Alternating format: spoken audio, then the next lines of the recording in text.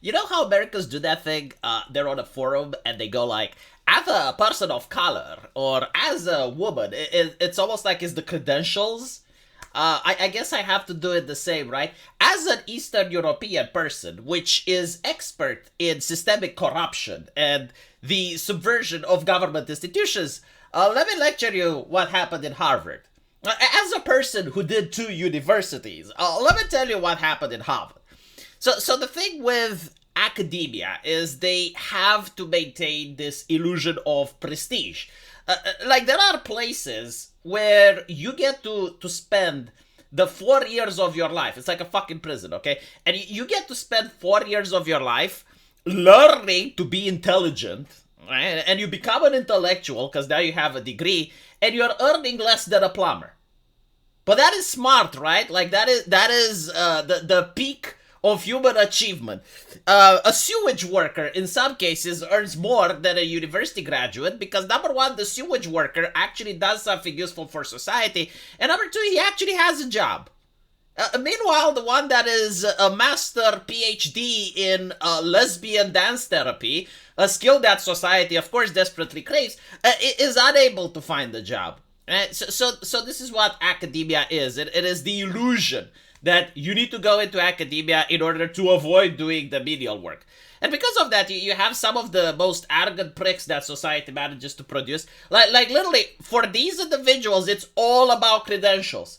Like when you go at a party or at a place where the middle class gathers, you know, they're not going to talk about, oh, you know, I constructed this cool thing, or I built, or I done this cool thing. It's like, where did you study?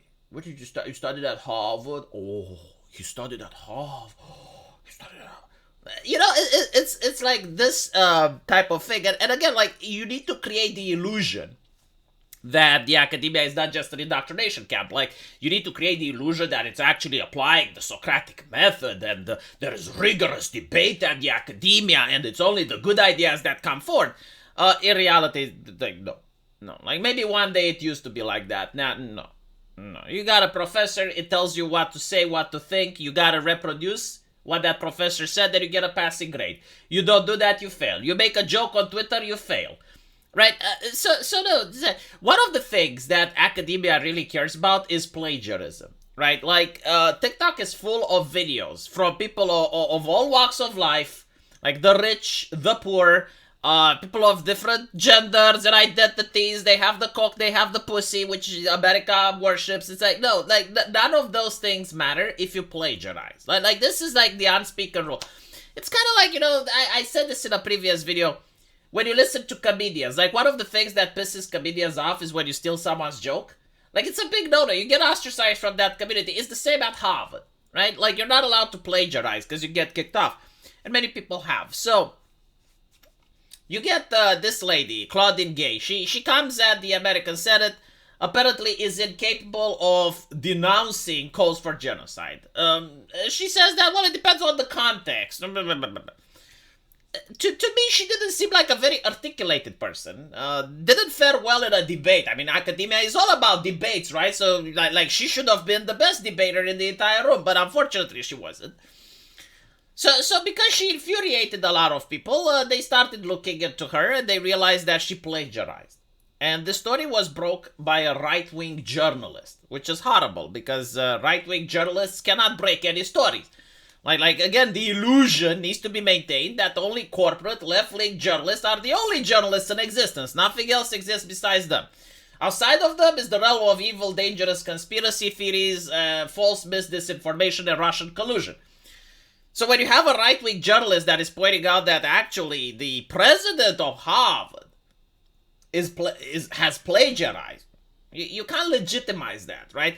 And if you do legitimize that, then it raises the question. It's like, well, how did the person that plagiarized manage to get as the top position at Harvard? Like, did no one know? Are all the other people idiots and imbeciles? It can't be. It is Harvard. The smartest people in the world at Harvard. Like, surely one of them would have noticed that she plagiarized. I mean, it's 2024. We have computer programs that figured that out. You literally put the paper in the program and it shits it out, right? So, like, how was this possible? And what is on a lot of people's mind, but they are afraid to articulate, is that she was placed there because of ideological reasons. It wasn't based on merit, right? And it wasn't, like, she plagiarized. So she was placed there because of the woke ideology. And that is also why she couldn't condemn calls for genocide. Because, like, the woke ideology teaches that we need to decolonialize. Like, how do you think decolonialism looks like? Academic papers? I mean, they are the ones saying this, right? So if that happened, if you have like the person at the top being placed not because of merit but because of ideology, the next logical question that humans will ask is like, well, how many other cases like that are there? Can we do an investigation? So this is why they refused to fire her for so long. It's because they would have legitimized the right-wing journalist. They would have admitted that the institution is corrupt, that you have someone that does plagiarism, that everyone else around her was either incompetent or they were in on it. So they wanted to avoid this conversation, which is why, well, she stepped down, right? So she didn't get fired, she stepped down, and of course it's because of the racismus of the internet. I mean, good thing she doesn't have a job at McDonald's. I mean, when I worked at McDonald's, I got a lot of vitriol and criticism from the customers, but that was face-to-face. It wasn't online. So anyway, she steps down, right? So now, this looks like a blow to the woke ideology. It looks like, you know, it's horrible. So of course they're going to get Barack Obama. And you're replacing a person of color with another person of color, a left-leaning, but more importantly is that you're replacing a left-leaning person with another left-leaning person, especially a Democrat, right? So this issue will be fixed. Unfortunately, however, Harvard is an institution that required decades in order to build up the prestige that it has now. Because this conversation went into the public, and because people saw not only that there were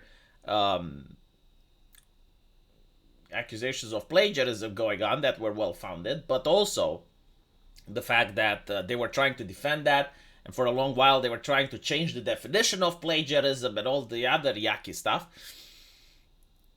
We noticed that while it takes decades to build a reputation, it seems that it can only take a couple of weeks to destroy it. And already the number of people wanting to attend Harvard is going down. So we'll see if this trend remains. But yeah, no, like, this should be the conversation that people are having. It's like, why is it that you can graduate one of these prestigious universities and earn less than a plumber? Let me know what you guys think, and as usual, I will see you in the comment section. Take care.